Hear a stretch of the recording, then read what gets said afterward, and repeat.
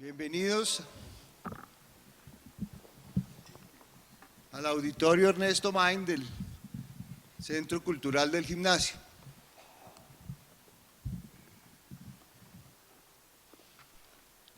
Hay, querida Genoveva y querido Ferdinando, cosas muy comunes, muy íntimamente comunes entre el Instituto y el Gimnasio Moderno.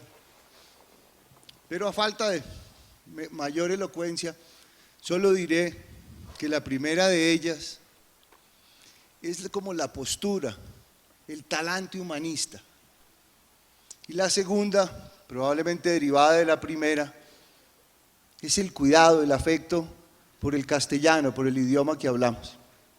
El gimnasio ha sido muy cuidadoso siempre en el desarrollo de sus programas de enseñanza del inglés y de la segunda lengua y cosas de esas. Hay que enseñar mucho inglés y mucho francés seguramente, mucho italiano o portugués, pero hay que enseñar buen castellano. En eso hemos creído siempre. Si hay alguien que haya defendido además la postura de un buen castellano, pues es Ferdinando, el gran amigo y novelista Ferdinando.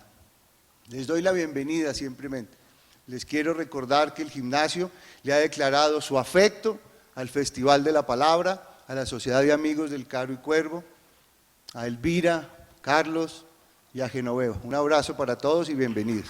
Me alegra mucho volver al Gimnasio Moderno, este liceo tan hermoso, donde ya estuve hace unos 3 años con 20 perros maravillosos que me acompañaron en este escenario, y hablando también de Rufino José Cuervo y de su amor por la lengua castellana. Los dos son inseparables.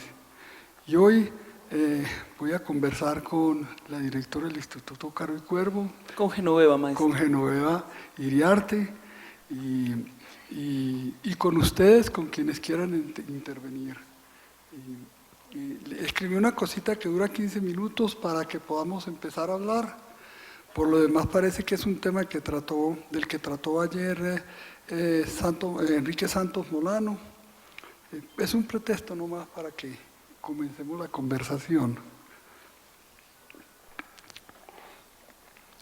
En 1899 se publicó en Chartres, Francia, el poema Anastasio, del escritor argentino Francisco Soto y Calvo, con una carta de Cuervo al autor como prólogo. El poema cuenta las desventuras de Anastasio, un payador, motivo por el cual el autor se vio obligado a utilizar vocablos propios del lenguaje gauchesco, que explica en un glosario puesto al final. Ahí tienen un temprano ejemplo de los glosarios que habrían de aparecer años después, al final de novelas como La Vorágine, Doña Bárbara y Don Segundo Sombra, para explicar unas decenas de vocablos locales desconocidos en el conjunto del idioma. Y en la necesidad de ese glosario se fundamenta la carta prólogo de Cuervo, en que sostiene: estamos pues en vísperas, que en la vida de los pueblos pueden ser bien largas, de quedar separados, como lo quedaron las hijas del Imperio Romano. Pero este temor de Cuervo de que tras la separación política de estos países nuestros pudiera seguirse la separación lingüística no era nuevo. Venía cuando menos desde Andrés Bello, a cuya gramática de la lengua castellana nuestro paisano le había agregado numerosas notas que la completan y que se han hecho inseparables de ella. En el prólogo de su gramática hablaba Bello de la importancia de la conservación de la lengua de nuestros padres en su posible pureza como un medio providencial de comunicación y un vínculo de fraternidad entre las varias naciones de origen español. Y decía que el mayor mal de todos, y el que, si no se ataja, decía, va a privarnos de las inapreciables ventajas de un lenguaje común, que es la venida de neologismos de construcción que inunda y enturbia mucha parte de lo que se escribe en América, y alterando la estructura del idioma tiende a convertirlo en una multitud de dialectos irregulares, licenciosos bárbaros, embriones de idiomas futuros que durante una larga elaboración reproducirían lo que fue la Europa en el tenebroso período de la corrupción del latín.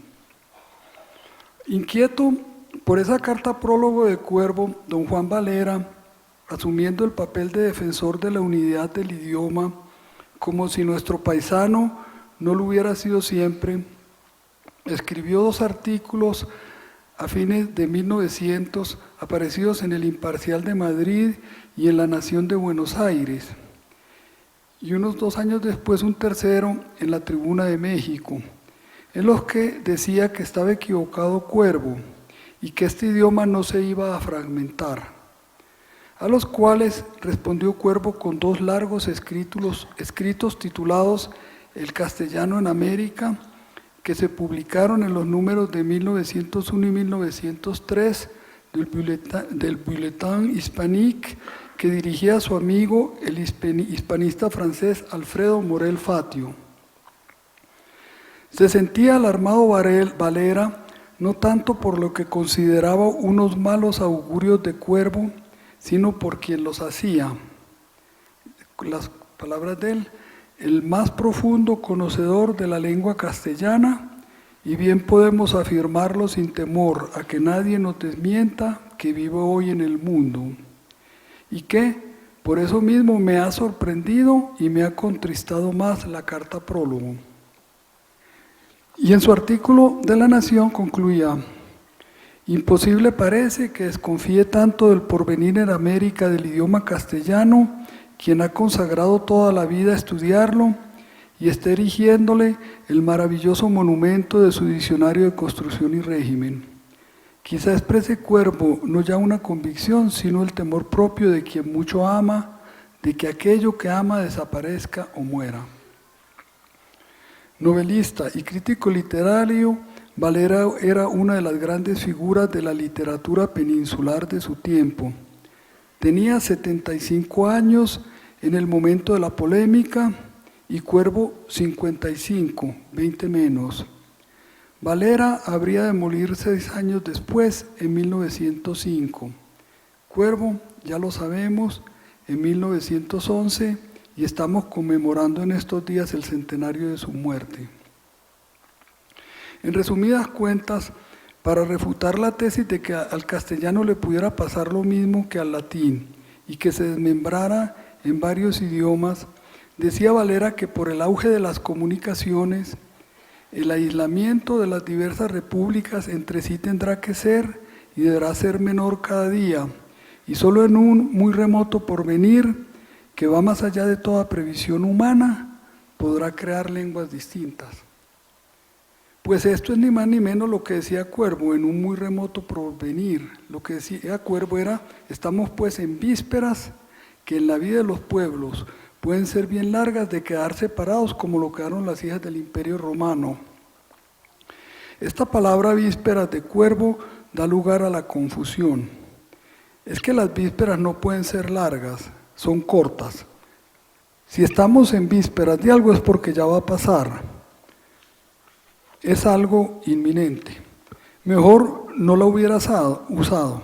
En fin, en el segundo de sus artículos del Bulletin Hispanique, Cuervo da por terminada la polémica, diciendo que Valera pretende que las naciones hispanoamericanas sean colonias literarias de España, y esto le hace perder los estribos y la serenidad clásica. Y aquí el tema subyacente de la polémica: la voluntad de la metrópoli, España, de seguir pesando sobre las naciones hispanoamericanas a través del idioma, rigiéndolo, como si todavía viviera en los tiempos imperiales de Felipe II. En este debate sin sentido que casó con él Valera, Cuervo mostraba pues su molestia por el trato de ciudadanos de segunda de este idioma que se les daba a los hispanoamericanos desde España. Los españoles, decía Cuervo, al juzgar el habla de los americanos, han de despojarse de cierto invencible desdén que les ha quedado por las cosas de los criollos. O bien decía: la influencia de la que fue la metrópoli va debilitándose cada día y carecemos casi por completo de un regulador que garantice la antigua uniformidad. Cada cual se apropia de lo extraño a su manera sin consultar con nadie. Lo extraño de que hablaba Cuervo era el afrancesamiento que invadía el castellano. Hoy es el anglizamiento. Y el regulador que faltaba era la Academia Española de la Lengua, que no cumplía su función de velar por el idioma dejándolo invadir por los galicismos. Años después, y habiendo ya muerto Valera y Cuervo, en un escrito de 1918 titulado La lengua española y retocado en 1944 bajo el título de La unidad del idioma, Ramón Menéndez Pidal volvió sobre el asunto y a pretender como Valera que Cuervo había dicho que este idioma se iba a fragmentar en varios dentro de poco. Así no lo dijo, aunque se haya venido repitiendo hasta hoy. Es muy curioso que Menéndez Pidal sostenga, a propósito de esta polémica, que la capacidad de Cuervo, dice, se vio minada prematuramente por los achaques de la senectud. Y que diga él que, dice, las exigencias de mayor perfección que en la vejez de todo maestro se hacen tan apremiantes, le habían sumido en una indecisión enfermiza. Dice que los achaques de la senectud, dicho por quien habría de vivir 99 años. No digan nunca de esta agua no beberé, porque el tiempo corre muy rápido y el niño de hoy, si no se lo despachan antes, mañana será un cuchito. En 1899, cuando la polémica de Cuervo con Valera, Menéndez Pidal tenía 30 años. Llegó a conocer a Cuervo en París y quedan algunas cartas de una correspondencia entre ambos. El más grande filólogo de este idioma en el siglo XIX es Cuervo. El más grande del siglo XX es Menéndez Pidal. ¿Y cuál es el más grande en estos dos siglos juntos? Ahí les dejo el tema de tarea. De lo que sí no me cabe duda es de que Cuervo era un santo y Menéndez Pidal un común mortal. Yo a Cuervo le rezo, al otro no. Don Ramón Menéndez Pidal, fundador de la filología en España, maestro de grandes filólogos como Amado Alonso, Dámaso Alonso, Alonso Zamora, Américo Castro, Tomás Navarro Tomás, Samuel Giligaya, Rafael Lapesa, y autor de muchos libros, entre los cuales un manual de gramática histórica española fundamental, que estudié de muchacho y que sigo queriendo a pesar de todo. A pesar, por ejemplo, de que don Ramón llame a su nueva ciencia gramática histórica. Gramática histórica a mí me hace pensar en una historia de la gramática, en una que empiece, por ejemplo, 120 años antes de nuestra era con la Techni Grammaticae o arte de la gramática del griego Dionisio de Tracia, y siga con las gramáticas latinas de Varrón, Apolonio Díscolo, Donato, Prisciano. Y eso no es el libro de don Ramón. En fin, él también ya murió y lo lamento. Preferiría que siguiera con nosotros a sus 141 años y lúcido, sin los achaques de la senectud, para que viera que el asunto real y serio no era el de la fragmentación de este idioma, que no se ha dado, sino la de su deterioro, que es un hecho. Esto que llaman español o lengua castellana hoy es un adefesio anglizado, una solemne basura en vías de desintegración, que se lo acabe de tragar el inglés, puesto que ya los anglosajones nos colonizaron hasta el alma.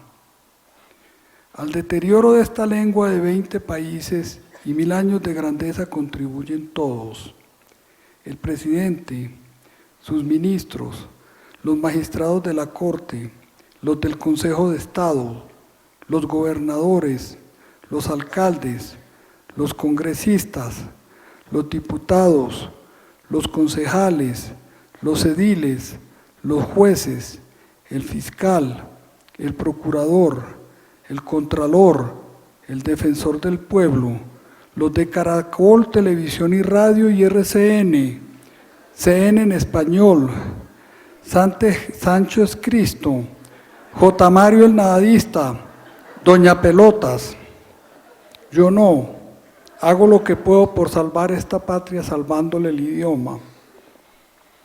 En julio de 1876, y a propósito de las apuntaciones críticas sobre el lenguaje bogotano, le escribí al joven Cuervo desde Halle, en Alemania, el más grande lingüista del momento, August Potts, el heredero de Guillermo de Humboldt, de Jacob Grimm, de Franz Bopp, los fundadores de la lingüística comparativa.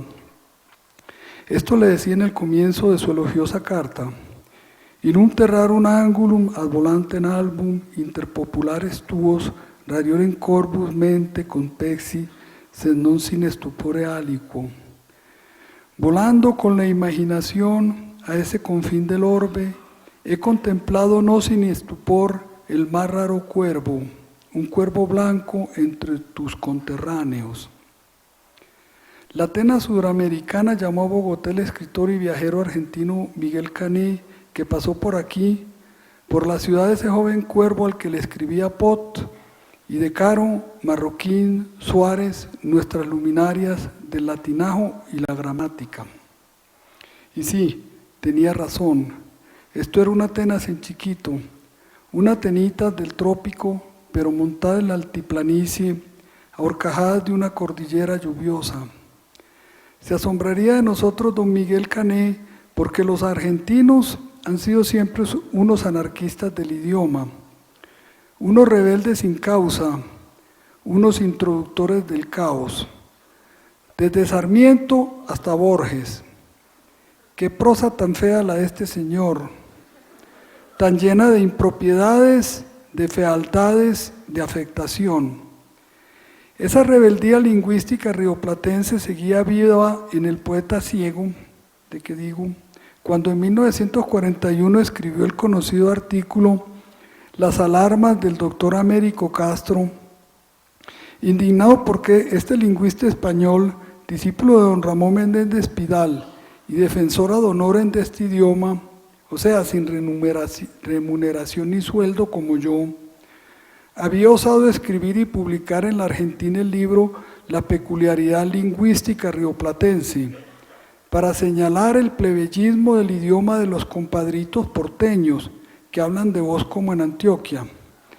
Qué ofensa para el autor de la historia universal de la infamia, que lo echaran de la Argentina junto con todos los filólogos españoles que habían fundado en Buenos Aires el Instituto de Filología, una nueva infamia, con que el poeta ciego del barrio de Palermo, el de los compadritos con facas y los farolitos en las calles, iluminando las noches bonaerenses junto con la luna de enfrente, con que predicando el libertinaje y el caos idiomático. Esto se llama irresponsabilidad lingüística, criollismo soliviantado, patriotismo tanguero. En Colombia tenemos una academia de la lengua desde hace 140 años. ¿Y ellos qué? Una de letras, como una sopa. Para cederle la palabra a mi querida doña Genoveva Iriarte, directora del Instituto Caro y Cuervo, voy a terminar recordando la justificación de la Academia de Berlín cuando le dio a Cuervo en octubre de 1910, en su ausencia y pocos meses antes de su muerte, un doctor honoris causa que en 100 años no le había otorgado casi a nadie. Campeón, decía, incomparable de la filología española y quien, habiendo mostrado en su juventud a los ciudadanos de Colombia la limpia luz del habla castellana, logró, con el trabajo incansable de su vida felicísima, llegar a ser tenido por el guía y abanderado de cuantos se consagran a estudiar la ilustre lengua de Lope, Calderón y Cervantes.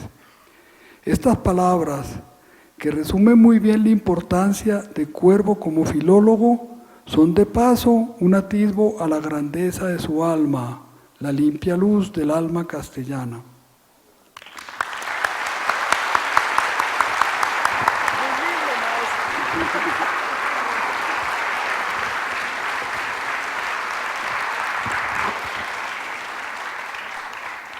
Es sin duda una maravillosa pieza que esperamos poderla divulgar lo más pronto posible y ojalá ponerla en los linotipos de la imprenta patriótica para que efectivamente quede también dentro de nuestros archivos y nuestros documentos. Pero yo creo que ese inicio de esta charla sobre un tema que era el que estaba propuesto para terminar el segundo Festival de la Palabra, que se denomina La importancia actual de Rufino José Cuervo. ¿Qué traemos de Cuervo a nuestra situación actual? ¿Y qué trae de Cuervo, que sería para mí la pregunta más importante, al Instituto Caro y Cuervo actualmente? Yo pensaba cuando estaba un poco a la expectativa de este texto que escribió el maestro, el cual no conocía. Conozco el tema de la polémica. Como usted bien decía, Enrique ayer hizo una linda disertación sobre esta polémica entre Valera y Cuervo, pero al preparar esto yo decía, el escenario donde nos vamos a ubicar es un escenario muy particular, al cual por razones muchas, Gonzalo, le tengo mucho cariño, pero sin embargo hay una cosa que a mí me llama la atención. Este es un gimnasio moderno. El gimnasio moderno fue, y subrayo moderno, una palabra que puso don Agustín. Pongamos fechas de don Agustín, 1889, 1975, con ese espíritu visionario de una pedagogía que efectivamente también ha venido manteniéndose y hemos tratado de mantenerla en contra de viento y marea como un legado de la modernidad. Yo creo que Cuervo se le puede también atribuir ese epíteto. Cuervo es moderno y como moderno tenemos que tratar de concebir cuáles son esos elementos específicos de su modernidad que nos podrían ayudar ya no solamente a poner en práctica una pedagogía como la disciplina de confianza de la pedagogía de don Agustín, sí, por ejemplo, con una visión muy particular, y ahí es donde a mí me parece que efectivamente Cuervo fue una persona que vivió en un siglo casi que no le correspondía a los siglos futuros, puesto que la modernidad de Cuervo fue entender qué iba a ser la lingüística moderna.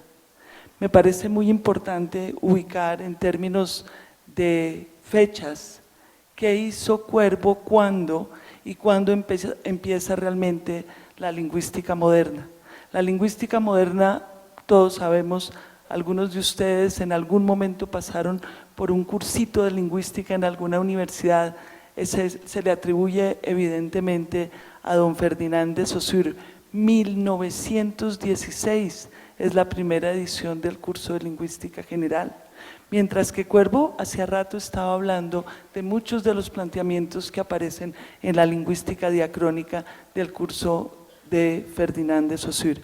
Y si hablamos solamente de la lingüística moderna francesa, no podemos dejar de lado tampoco la lingüística moderna norteamericana, y esa es un poco más tardía, porque estamos hablando, por ejemplo, del primer gran volumen del Language de Edouard Sapir en 1931. Total que ambas lingüísticas modernas, la francesa y la norteamericana, surgieron cuando Cuervo ya había muerto. Total que sí era un visionario, y yo creo que en términos de esta polémica, esa palabra que usted usó, maestro, que me parece que es la que tiene todo el problema de la polémica, no sé si Enrique estaría de acuerdo, el problema de la palabra víspera. A mí el problema de la palabra víspera me suena a un problema absolutamente semántico, pragmático, porque la víspera no tiene sentido sino el momento en que uno la pronuncie en el momento actual, como un gran performativo de los de Austin. Hoy, la víspera de hoy, de mañana es hoy, la víspera de mañana será mañana, luego hay una víspera. ¿Qué tal si le damos un poquito de juego a ese performativo y entendemos que Cuervo sí sabía que las lenguas evolucionaban, que la diacronía no se puede frenar y que tal vez, como decía mi maestro André Martinet, los que son responsables del cambio de las lenguas no son las academias, no son los que decretan la normatividad lingüística,